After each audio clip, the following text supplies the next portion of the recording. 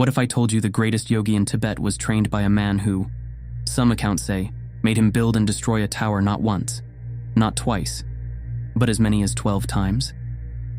Here's what you're about to witness: bleeding hands, broken dreams, and a teacher who smiles while watching you demolish months of work with your bare hands.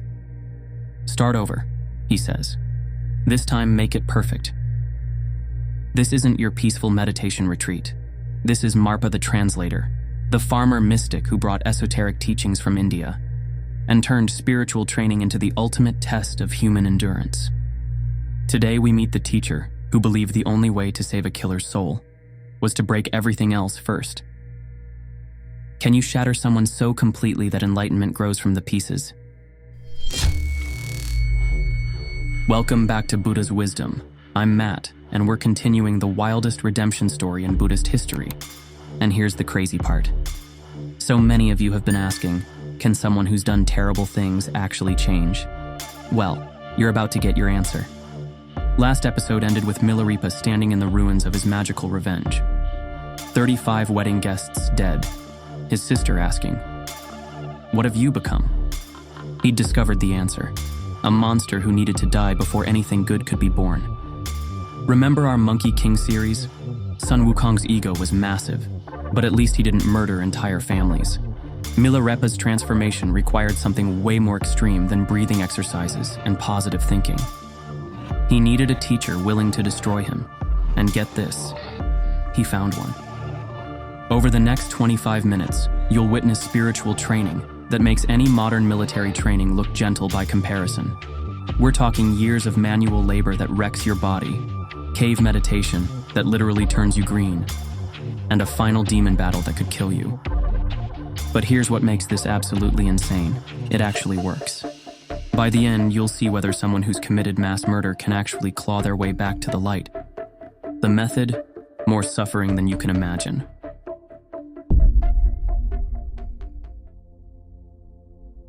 After the massacre, Milarepa wandered Tibet's mountains for months, carrying guilt that felt heavier than stone, searching for someone who could teach him to undo what he'd done. Local monks took one look at this pale, haunted figure and slammed their monastery doors. Nobody wanted the wedding killer as a student. Then he heard stories about Marpa the Translator, and this guy's backstory is absolutely wild. Accounts describe him as stocky and bearded, with a booming laugh and farmer's hands. More villager than mystic. But those deep-set, intense eyes seem to see straight through your soul. Now imagine this farmer hearing about incredible Buddhist teachings available in India. But getting there means crossing mountain passes that locals call Death's Gateway, walking through territories controlled by hostile armies, and somehow surviving months of travel that would kill most people. Most sane individuals would say, forget it. Marpa said, I'm going anyway. 3 times. 3 separate expeditions to India, each time collecting more advanced tantric practices than most Tibetans would ever see. Secret teachings from masters who only shared them with their closest disciples. Then he'd return to his valley and go back to farming barley like he'd been on vacation. When Milarepa finally found him, Marpa was plowing a field in the Lodrak Valley, cursing at stubborn oxen, covered in mud, looking like any frustrated farmer. This was the man who would transform a killer into someone later known as Jetson Milarepa, Venerable Master Milarepa, one of Tibet's greatest yogis. Are you the great teacher Marpa? Milarepa asked nervously. Marpa stopped, looked at this desperate young man with haunted eyes, and burst out laughing. Teacher? I'm trying to plant barley before winter kills everything. You want the master? He's probably drinking tea up at the house. I'm nobody special. Can you imagine the confusion? You're expecting some mystical guru on a throne, and instead you get a farmer who pretends he's never heard of himself. For hours, Marpa played this game, fed Milarepa dinner, listened to his confession about mass murder and black magic, all while acting like he had no idea where this famous teacher might be hiding. And here's the thing, this wasn't cruelty. This was testing. Real masters don't accept students immediately. They check for desperation, humility, willingness to be treated like dirt if that's what transformation requires. When Marpa finally revealed his identity, Milarepa collapsed and begged to become a student. "I've killed 35 innocent people with sorcery," he confessed. "I need Dharma teachings to purify this karma. I'll do anything you ask." Marpa studied this broken young man, then quoted something his own teacher Naropa had told him in the caves of India. "The Dharma is not bought with gold, but with the marrow of your bones." Then he smiled in a way that should have terrified Milarepa. "Perfect. I specialize in hopeless cases, but understand this. My methods will make your sorcery training look like a pleasant afternoon." Milarepa nodded eagerly. He had no idea he'd signed up for years of torture. Because Marpa wasn't planning to teach him Buddhism, he was planning to kill everything Milarepa thought he was.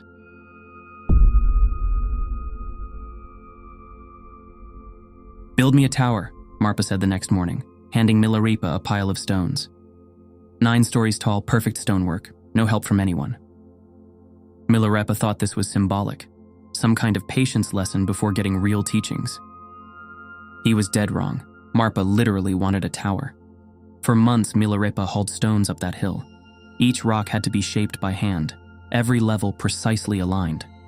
His hands split and bled from the rough granite. His back screamed constantly. Ever had a boss who made impossible demands? Marpa made them look merciful. The other students watched with growing concern. A young monk named Soltrim whispered to his friend, "This isn't spiritual training. This is punishment for a crime we don't understand." Slowly, painfully, a magnificent 9-story tower rose from the hillside, architectural masterpiece, something that would stand for generations. When Milarepa placed the final stone, exhausted but genuinely proud, he ran to get Marpa. "Master, come see what I've built." Marpa climbed the hill like a building inspector, examined every level with infuriating attention to detail, walked around the structure 3 times, then nodded thoughtfully. "Interesting work," he said. "Now tear it down." Milarepa stared. "I'm sorry, what?"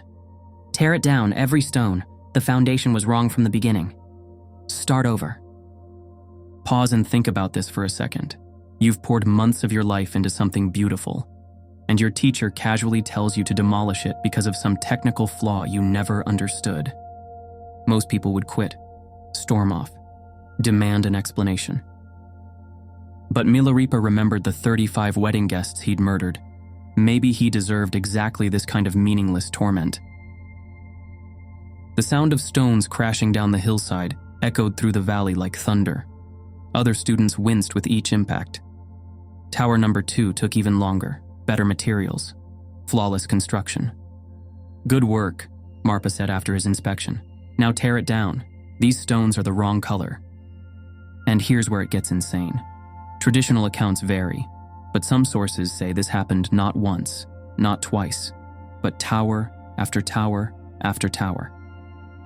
Each one more perfect than the last, each demolition more devastating. After demolishing what might have been his 7th attempt, Milarepa finally broke down sobbing. That's when Marpa did something unexpected. He sat down next to his student, and for a moment, his farmer's mask slipped away. "You think I'm being cruel," he said quietly, "but look at your hands." Milarepa looked. The scars told a story. Months of suffering. Years of dedication. "Those hands once summoned death with magic," Marpa continued. "Now they create beauty from stone. That's karma in action, the same hands that caused suffering now carving the path to awakening." For the first time, Milarepa began to understand. This wasn't punishment. This was surgery. Removing the spiritual disease that had created a killer. Every tower represented everything Milarepa thought he deserved. Every demolition taught him that he deserved nothing. The person who had learned sorcery for revenge, who had demanded justice through violence, that person was dying one demolished tower at a time.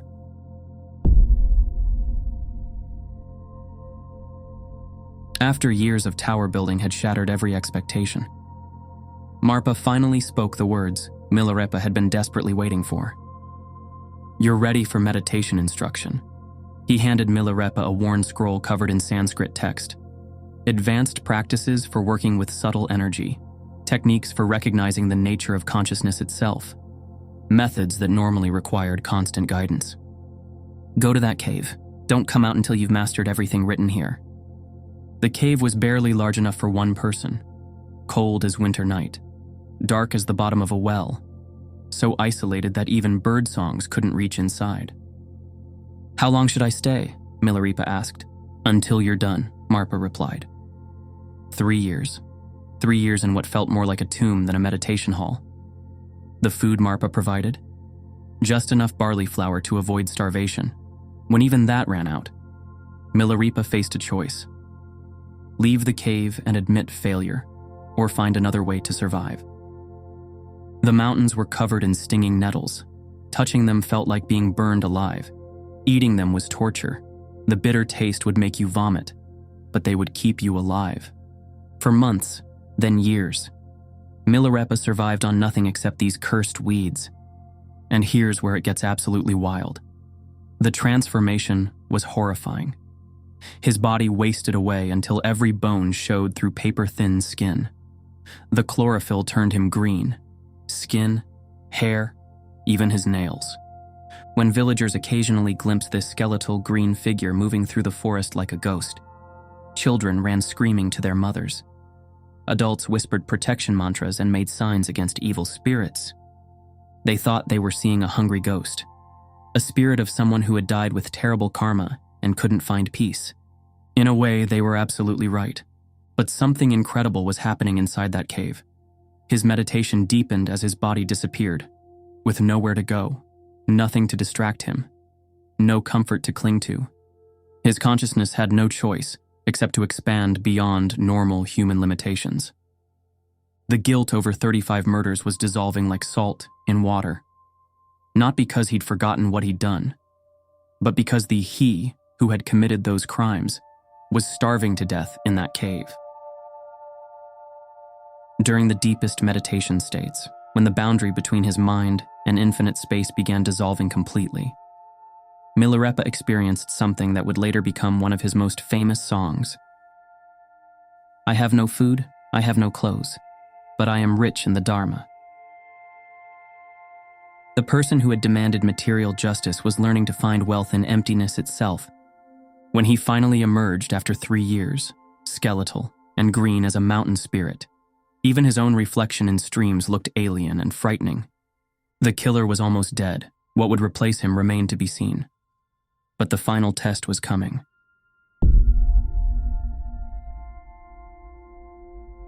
One person couldn't stand watching this gradual destruction. Dagmema, Marpa's wife, had witnessed the scarred hands from tower building, the growing desperation. Now she occasionally glimpsed this green skeletal figure during his rare appearances, and her heart shattered. This has gone too far, she told Marpa one evening as they sat by their fire. That boy is dying up there.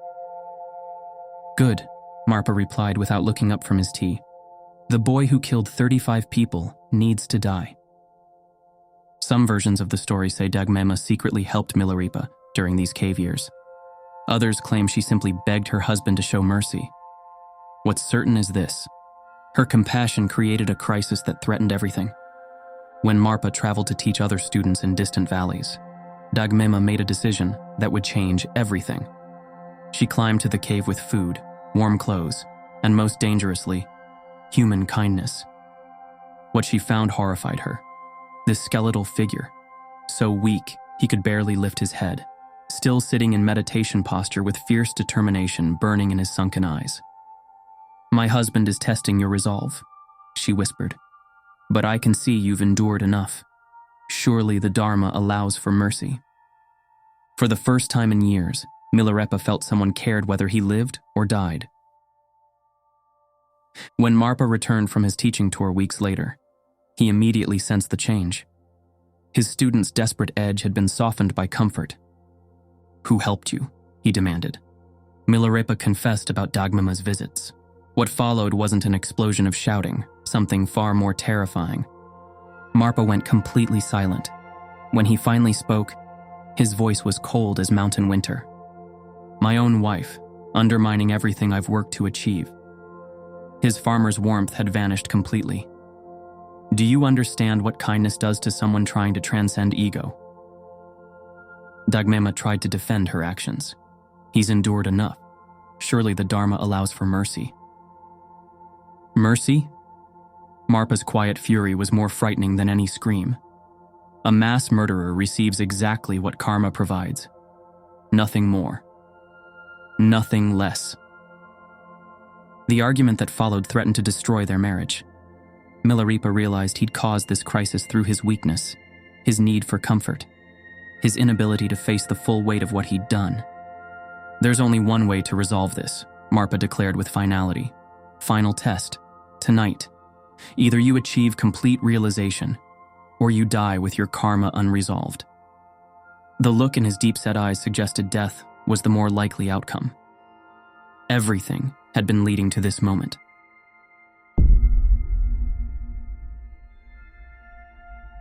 Sit there, Marpa commanded, pointing to an isolated meditation area far from the house, far from any help.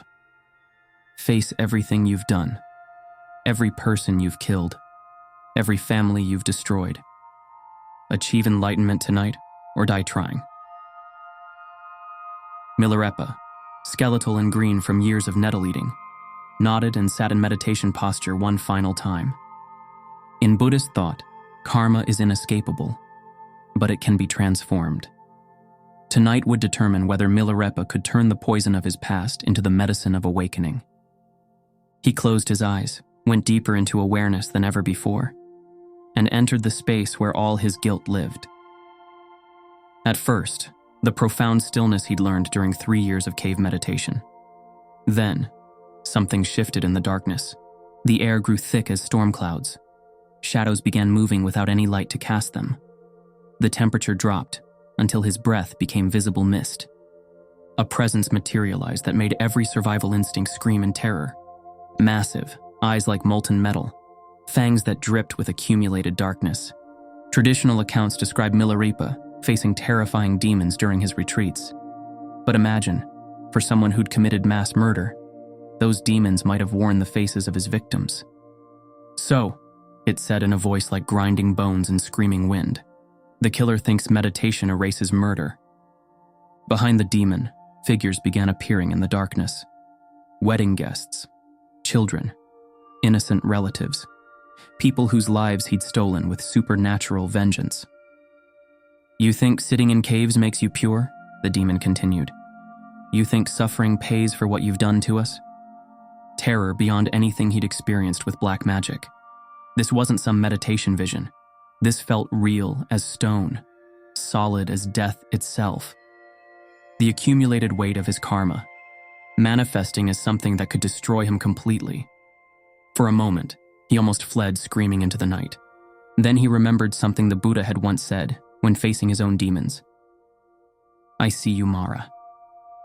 I know who you are. Milarepa opened his eyes, looked directly at this manifestation of everything he'd done wrong, and made a choice that would determine whether redemption was real or beautiful lie. He stood up. His skeletal frame shook with exhaustion. His green skin showed every bone. Yet when he spoke, his voice carried strength that surprised even him.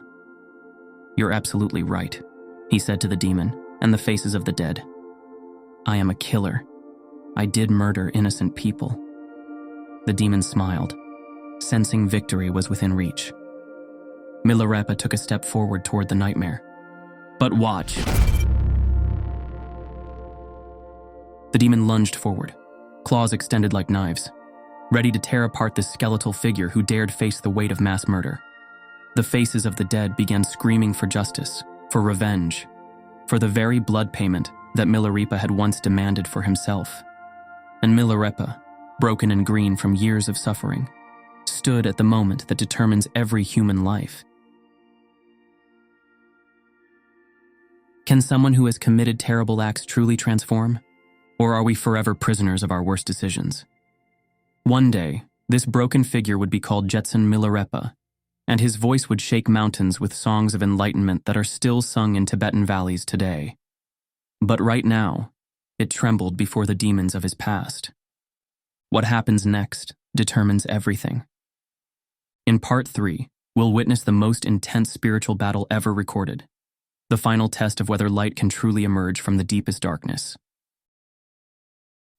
How many of you have done something you deeply regret, something that made you question whether you could ever be forgiven? Because what Milarepa does in this moment will challenge everything you think you know about redemption. If you're following this impossible journey from killer to realized master, hit subscribe and stay with us for the conclusion that will redefine how you think about redemption. The ending of Milarepa's journey is unlike anything you expect, and it's still sung in Tibet 1,000 years later. To be continued in Part 3, The Singing Yogi.